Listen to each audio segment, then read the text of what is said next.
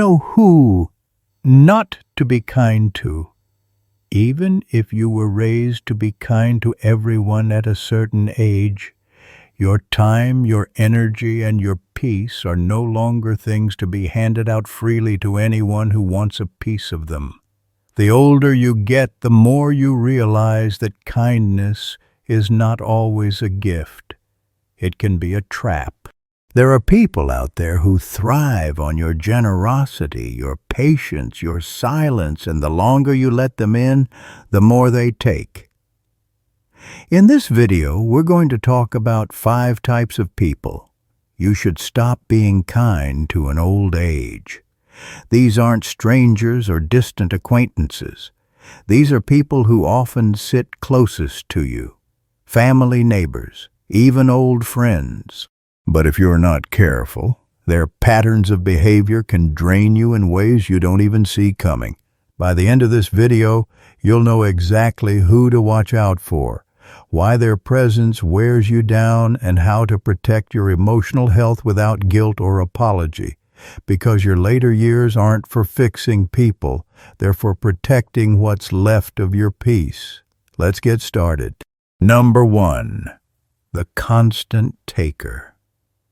One of the clearest signs that someone doesn't deserve your kindness anymore is when they only show up with their hand out. You know the type. When they call, it's never just to check in or share a laugh.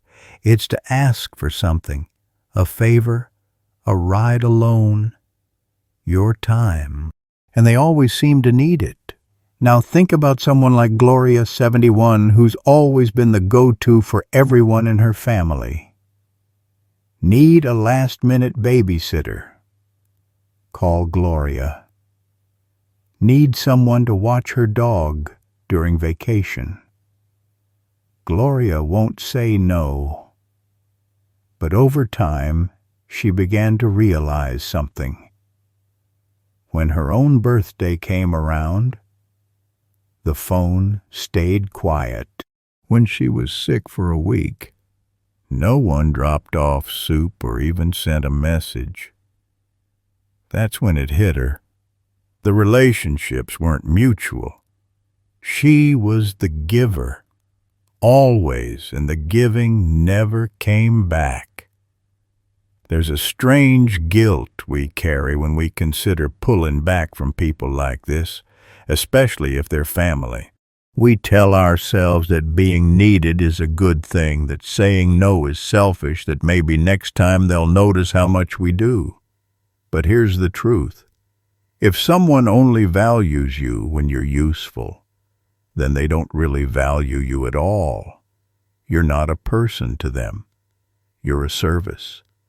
And the older you get, the more dangerous that becomes, because your resources, your time, your energy, even your physical strength are not unlimited anymore. And giving them to someone who only takes is like pouring water into a cup with a hole at the bottom. You're allowed to say no without explanation. You're allowed to set boundaries. You're allowed to protect what little quiet and strength you still have for people who truly care. And if someone walks away because you stop saying yes every time that tells you everything you need to know, you were never loved. You were just convenient. Don't let kindness become a burden. Don't let generosity become a chain. Because in these years, every moment you give should be one that feeds you back in return. Number 2, the chronic critic. There's a special kind of weariness that comes from spending time with someone who always points out what's wrong with your clothes, with your choices, with your past. These people don't shout or curse, but their words sting just the same because they're delivered in small, steady doses. And over time, they wear you down. Picture someone like Raymond, 82, who visits his cousin every Sunday. He brings fresh bread, checks in on the house, tries to stay connected, and every time his cousin finds something to criticize, Your hair looks different. Why'd you sell that old chair? You always take things too personally. At first, Raymond smiled through it, told himself it was harmless. But after years of those visits, he started feeling smaller, doubted his choices, more lost. The joy he once felt walking up to that porch. The danger of chronic criticism isn't in the words themselves. It's in the slow erosion of your self-rust. These people mask their cruelty as concern. They say they're just being honest, just helping you improve. But what they're really doing is chipping away at your peace, one comment at a time. And when you let that go unchecked, something inside you starts to shrink. You stop sharing. You stop trying new things. You brace yourself before every conversation, wondering what they'll pick apart next. At this age, you've earned the right to feel safe in your own skin. You don't need to be perfect. You don't need to please. You don't need to explain why you like what you like or live how you live. If someone always leaves you feeling wrong, small, or broken, you owe it to yourself to stop handing them a front row seat to your life. Being kind doesn't mean being available for abuse, no matter how politely it's packaged.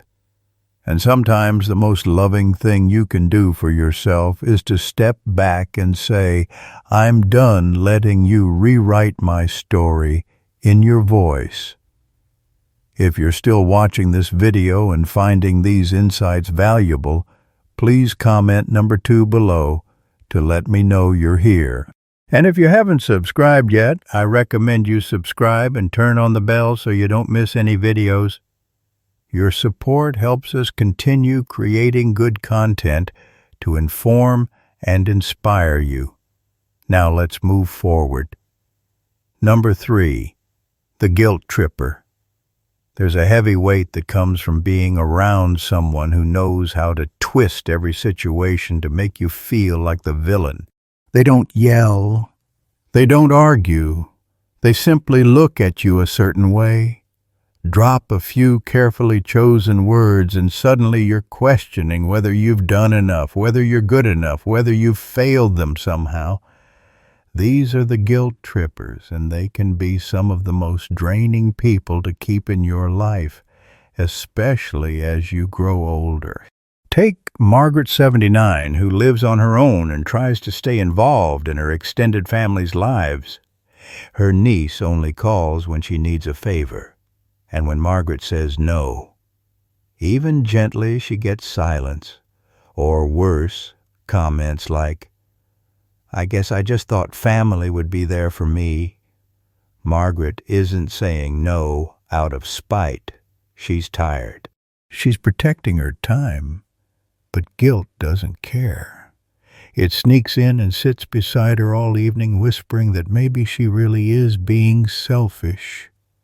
What makes guilt trippers so difficult is that they often use your best qualities against you. Your loyalty, your empathy, your sense of duty. They make you feel like pulling back is an act of cruelty, when really it's the only way to survive. And over time, their emotional manipulation can become a pattern that's hard to spot until you notice that you're constantly apologizing, constantly over-explaining, constantly giving more than you're comfortable with, just to avoid the cold shoulder that follows any boundary you try to set. Here's the truth. You don't owe anyone your peace. You don't have to explain every no. You don't have to trade your comfort for their temporary approval. If someone can't love you unless you're bending over backwards for them, that's not love. That's leverage. And you're not a tool. You're not a caretaker of someone else's emotional wounds just because you're older and have more time. Your heart isn't a doormat, and guilt should never be the price you pay for saying what you need. The next time someone tries to guilt you for drawing a line, Let that be your signal not to bend, but to step even further back. Because peace isn't something you ask for. It's something you protect. Number 4, the secret competitor. Not every enemy shows their face. Some wear a smile, offer kind words, and even pretend to cheer you on. But underneath, there's something else brewing, a quiet, persistent competition. These are the secret competitors. People who don't just want to succeed, but want to make sure you don't shine too brightly beside them. You might know someone like Helen, 76, who joined a local art class after years of putting her creativity on hold. She was nervous but proud of herself for stepping out again. Her longtime friend Judy joined too, saying she wanted to support her. But week after week, Judy would find subtle ways to undercut her. Your piece is interesting, very bold for your age, or I love how carefree yours looks. I guess technique isn't everything. On the surface, it was friendly, but to Helen it chipped away at her confidence until she started wondering whether she belonged there at all. Secret competitors don't attack directly. They use comparison like a scalpel, quiet, sharp, and hard to trace. They always seem to have a slightly better story, a more exciting trip, a bigger compliment from someone you both know. And when you're around them, you never feel fully celebrated, just tolerated, or worse, minimized. The danger here isn't just what they say. It's how it makes you shrink. You stop sharing your wins. You second-guess your growth. You learn to dim your light so theirs feels brighter. And that's not friendship. That's rivalry, disguises, closeness. In older age, you don't need to compete with anyone. You've survived too much, lost too much, and built too much to waste energy on comparisons that don't serve you. If someone around you can't clap when you win, or can only clap louder when they've outdone you, step back. You deserve to be around people who feel like a warm fire, not a cold scoreboard. Real friends lift you and celebrate you, inspire you to keep going, not make you question why you started. And the older you get, the more precious that kind of support becomes. If you're still watching this video and finding these insights valuable, please comment number 4 below to let me know you're here. And if you haven't subscribed yet, I recommend you subscribe and turn on the bell so you don't miss any videos. Your support helps us continue creating good content to inform and inspire you. Now let's move forward. Number 5, the passive-aggressive manipulator. Some people don't yell, they don't argue, they don't confront. Instead, they master the art of silence, sarcasm, and subtle digs that leave you wondering whether you're overreacting. These are the passive-aggressive manipulators, and they are especially dangerous in older age because their behavior can slip under your radar while quietly exhausting your spirit. Think of someone like Harold, 83, who's lived in the same neighborhood for decades. His neighbor Doug always smiles and waves. But when Harold brings up needing help with something small, like moving a planter or lifting a heavy box, Doug chuckles and says things like, "Guess you're finally slowing down, huh?" Or I'd offer, "But I've got 2 knees that still work, and I'd like to keep them that way." He doesn't refuse outright. He just hides the sting in a joke. And Harold is left standing there unsure whether he's been insulted or just dismissed. Passive-aggressive people play by different rules. They avoid direct responsibility by pretending they didn't mean what they said. They leave messages unanswered.